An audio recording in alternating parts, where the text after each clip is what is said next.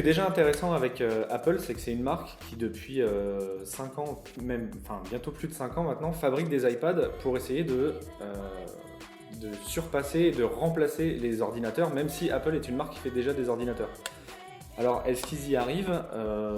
Pas vraiment, ça reste un bel objet, c'est un super iPad, mais ça reste un iPad. Donc ça ne va pas remplacer un ordinateur portable parce qu'on va toujours se retrouver confronté à quelques manques. Une souris, donc un trackpad, ne serait-ce qu'un trackpad sur le clavier, c'est quelque chose qui me manque. Enfin, je sais pas ce que t'en penses.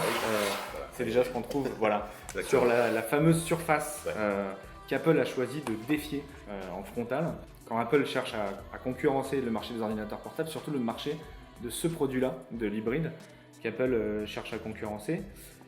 Et voilà, on se retrouve avec un produit qui, alors si on a une profession de communicant, qu'on a un blog, qu'on a besoin de taper des kilomètres de texte, l'iPad peut suffire. Maintenant, même si Apple et Adobe proposent du Photoshop qui est adapté pour le tactile, on se retrouve toujours avec un usage qui est vraiment, qui est aujourd'hui, pour ma part, je ne sais pas si tu penses pareil aussi, mais en tout cas, qui manque encore d'envergure, d'éléments intuitifs pour bosser vraiment rapidement. On se retrouve même avec des usages, je sais pas, quand on fait des mises à jour sur son site web, sur son blog, et des choses qui sont encore pas aussi intuitives qu'un ordi normal, un ordi portable avec un trackpad, un clavier, un bel affichage.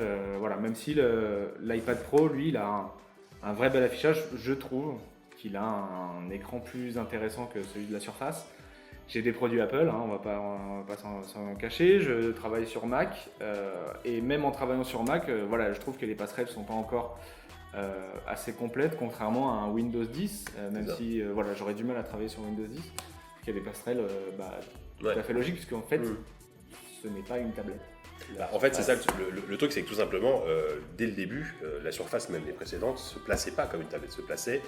L'argument de Microsoft, l'argument marketing, c'était la tablette qui remplace votre ordinateur. Alors, je ne vais pas non plus aller dans le sens du marketing de Microsoft, mais c'est quand même plus vrai à mon avis que l'iPad, puisque déjà de base, on est sous Windows, donc on dit Windows RT bien sûr, mais aujourd'hui on est sur Windows 10, donc effectivement on a un usage exactement comme sur n'importe quel PC de bureau. Et moi, à mon avis, c'est ça qui aujourd'hui fait la différence, parce qu'on a le même environnement de travail que le professionnel qui va être à la maison, qui va être chez lui, qui va être sous Windows, et qui va après prendre sa Surface et qui va être à nouveau sous Windows. Le souci de l'iPad Pro, c'est que même si il va travailler sur macOS au bureau, il n'aura pas non plus exactement la même expérience sur iOS, même s'il y a quand même beaucoup de passerelles qui sont en train d'être faites, qui sont de plus en plus possibles, mais c'est pas complet, quoi. Alors effectivement, l'écran de l'iPad est très impressionnant. Enfin, je crois qu'il y a un taux de contraste qui est complètement record. Le contraste de la Surface est un poil moins bon, mais on est quand même sur un écran aussi super qualitatif. Donc après, moi je dirais quand même qu'aujourd'hui, pour un truc de pure productivité pour un professionnel, à moins d'être complètement fan d'Apple et d'iOS et de jurer que par les produits Apple, on a quand même un avantage sur la Surface qui est assez évident en termes de système d'exploitation et aussi en termes de conception, puisque tout simplement la présence d'un trackpad, c'est super important. Il y a un stylet qui est fourni en série. Alors il y a un stylet aussi sur l'iPad Pro, mais qui n'est pas fourni en série, voilà. Lui. Ouais, voilà. Rappelons aussi que le clavier, par contre, alors comme sur l'iPad Pro, le clavier n'est pas fourni de base sur l'iPad Pro. Non. Voilà, non. Il faut rajouter 180 €. Voilà. On parle pas de prix parce que là, de toute façon, on est sur des machines qui oui, voilà. coûtent trop cher. On est sur des machines où concrètement on s'équipe à plus de 1000 €. C'est ça. Donc voilà, c'est une autre sphère que d'aller acheter une tablette Android ou une tablette Windows 8 ou 10 à bas prix. Ou un portable à 300 €. Quoi. Microsoft m'a toujours impressionné dans la manière qu'ils avaient de proposer un produit ultra fin, parce que ça reste un portable, un ultra portable assez puissant dans un format de tablette. Du clavier au produit en lui-même, enfin voilà, c'est une vraie machine là-dedans, alors que là on reste encore sur un produit qui a une conception mobile. Concrètement c'est vraiment un gros iPad. Voilà, on peut mettre 2 iPad mini, on peut presque faire rentrer 2 iPad Air sur la surface de l'iPad Pro, mais ça reste un gros iPad. Alors pour le coup, moi je lui ai trouvé un usage assez intéressant, mais qui était un usage qu'on avait déjà sur l'iPad mini ou l'iPad Air, c'est le bi-écran. Et donc, Oui. via l'application Duet Display qui coûte Ouais. quand même 9 euros, 9,99 € même, Ah ouais. on peut. Ouais, Avec la vente, ouais, c'est payant. bah oui. C'est payant, malin. Voilà, c'est jamais gratuit. Donc voilà, on peut brancher. Alors il faut quand même le câble Lightning Ouais. pour le brancher en USB depuis l'ordinateur portable ou son Mac ou un autre. Même un PC, je même crois, un c'est PC, ça compatible, marche sur c'est Windows, oui. compatible Windows, ouais. Donc on installe l'application sur son ordinateur, on la lance et en fait l'iPad se transforme en deuxième écran. Et voilà, pour travailler, je trouve que c'est vachement intéressant. Du coup, on se retrouve avec du Windows voilà, sur un iPad ou du macOS. Mais c'est déjà quelque chose en fait qu'on peut faire. On peut même le faire avec un iPhone. Oui, tu peux n'a le faire pas avec un vraiment iPhone, de réel intérêt. Pour Windows 10 sur iPhone, ça peut être sympa. Voilà. Mais refaire de la retouche Photoshop sur un deuxième Ouais. écran avec un iPhone, bon, c'est pas terrible. Mais avec un iPad Pro, ça a déjà un peu plus de sens. Mais voilà, disons que quand on a fait le choix d'avoir un iPad Pro, c'est un usage supplémentaire qui est assez intéressant, mais c'est pas non plus pour ça qu'on va C'est acheter ça. un iPad Pro. C'est quelque chose qui se rajoute, c'est quelque chose qui nous conforte dans l'idée qu'on a peut-être fait un bon achat. Ouais. Voilà. Aujourd'hui, il y a de réels intérêts par rapport à un iPad normal. C'est ne serait-ce que voilà, l'affichage d'un site web, c'est le seul iPad et c'est je pense même l'une des seules tablettes tactiles, pas dans le sens hybride Tout à fait. Surface, mais qui permet d'afficher autant d'informations. C'est-à-dire que là, on a le site complet des numériques, chose qu'on ne peut pas faire avec un iPad Air, par exemple. Donc c'est plutôt intéressant. Aussi le bi-écran, enfin l'affichage d'applications en simultané, qui est possible depuis iOS 9 sur les iPads, prend un peu plus de sens sur un écran qui a cette taille-là. Voilà, on peut le faire ici, voilà. Chose que fait Windows 10 depuis Chose que longtemps, fait déjà Windows depuis sur le début. La surface, même depuis Sur ouais, depuis voilà, même sur depuis les 8, depuis 8, oui, je crois, le 8 le faisait déjà. le faisait déjà, Ouais. mais voilà, donc c'est du rattrapage de retard. Après, comme tu le disais, JK, il faut vraiment être un très très grand fan d'Apple pour basculer sur un iPad Pro, Ouais. ou alors vraiment avoir des usages très légers. Moi, je pense vraiment toujours parce que j'ai des amis blogueurs qui ont des interfaces très très light pour mettre à jour leur site. WordPress, un truc comme ça. Ou, voilà, sur du Ça WordPress. passe bien, Concrètement, ouais. si on passe sa vie à travailler sur du WordPress, effectivement, avoir plus qu'un iPad Pro, ça n'a pas de sens, ça suffit largement. Maintenant, il y a aussi l'histoire du prix. Est-ce que Ouais. pour ce prix-là, concrètement, aujourd'hui, en termes de poids, de prix, de performance, de capacité, même quelqu'un qui ne jure par Apple, je dirais quasiment de prendre un iPad Air. En fait, c'est ça le souci, c'est que Je conseillerais de prendre un MacBook Air. Un MacBook, ouais. Un iPad Air, un MacBook Air. Moi, c'est un peu ça le souci que j'ai avec ce MacBook, cet iPad Pro.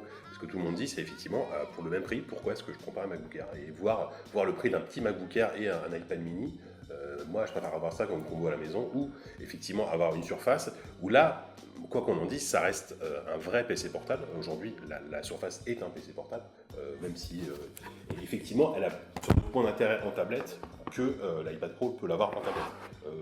Utiliser une Surface Pro 4 sans son clavier, je trouve que l'intérêt est quasiment nul, quoi. Donc, Et là, ça relève de l'OS. oui, voilà, ça relève de l'OS. C'est vrai que pour le coup, même voilà, moi, je dis souvent à mes amis que si moi, mon produit idéal, ce serait une Surface sous macOS. Ouais, c'est ça. Voilà. Voilà. Mais parce que je fonctionne plus macOS que Windows, quelles que soient ces versions. Mais c'est vraiment un super produit. Et puis voilà, il y a des choses qui sont assez inhabituelles de la part d'Apple. Ne serait-ce que ce stylet qu'on ne sait pas où ranger, qu'on peut pas, voilà, il n'y a pas de magnétisme. Donc voilà, on peut le brancher. Alors c'est pratique, mais c'est dangereux. On peut le brancher, voilà, sur le port Lightning ici. Au bout de 15 minutes, on l'a rechargé pour une journée. Bon. Apple n'a pas imaginé un nouveau type de produit. C'est-à-dire qu'ils ont toujours rêvé de faire de l'iPad un tueur de PC portable, un tueur de PC tout court. Et en fait, pour l'iPad Pro, qu'ils ont conçu comme un événement technique, ils l'ont pas. Pour moi, ils sont pas allés au bout du concept. Ils sont pas allés au bout du concept, c'est-à-dire qu'en fait, on a juste un gros iPad. Mais c'est ça. Voilà, c'est un gros iPad, c'est un très très gros iPad. C'est génial pour regarder des vidéos et pour jouer à des jeux. D'ailleurs, ouais, l'argument du jeu, d'ailleurs, c'est un peu particulier parce qu'autant sur la Surface, on est quand même sur une machine assez puissante qui va te faire tourner des jeux PC, Steam, enfin, voilà, ça va être des jeux indés, des jeux peut-être anciens. C'est un univers complètement différent. Alors que c'est vrai que du coup, tu as accès à tout le catalogue iOS qui aujourd'hui est quand même pas dégueulasse, on peut dire. Il y a quand même beaucoup de bons jeux sur iOS, très bons jeux sur iPad. Ah ouais, et puis on va même parler très, très crûment. L'offre aujourd'hui iOS en jeu, si on prend juste iOS par rapport à Android par exemple, il éclate complètement l'offre, enfin la ludothèque en tout cas d'iOS. On a des jeux consoles qui sont portés sur iOS. La puissance de l'iPad Pro est monstrueuse par rapport à l'iPad Air qui avait déjà l'une des puissances les plus monstrueuses du marché. En tout cas sur le marché tablette avec des OS mobiles. Ouais, tout à fait. Parce que voilà, là, effectivement, sur la configuration la plus haute de la Surface, voilà, on va pas... disons que bizarrement, les jeux seront moins beaux entre guillemets sur la Surface. Parce que forcément, tu vas pas faire tourner un jeu qui est sorti, je sais pas moi, un The Witcher sur ta Surface, alors que tu as des jeux évidemment qui sont pas aussi beaux qu'un The Witcher sur iOS, mais qui sont plus impressionnants malgré tout, je trouve, et parce qu'ils sont pensés pour ce type de machine. Voilà, parce qu'ils sont pensés. Donc, évidemment, on compare deux choses qui sont peut-être pas forcément comparables, mais c'est vrai qu'objectivement, là aujourd'hui, iOS, ils arrivent à un tel niveau en termes de jeu et de réalisation qui est vraiment impressionnant, ça c'est sûr. Après, il y a aussi le point de l'autonomie, qui est une dernière super important pour ce genre de produit. C'est vrai qu'on a été déçus, notamment sur le numérique, on a mis que 4 étoiles à la Surface parce que l'autonomie est un petit peu décevante. On aurait voulu avoir au moins une vraie journée d'autonomie. Aujourd'hui, c'est pas trop le cas, on va tourner peut-être à 7 heures d'autonomie sur la Surface.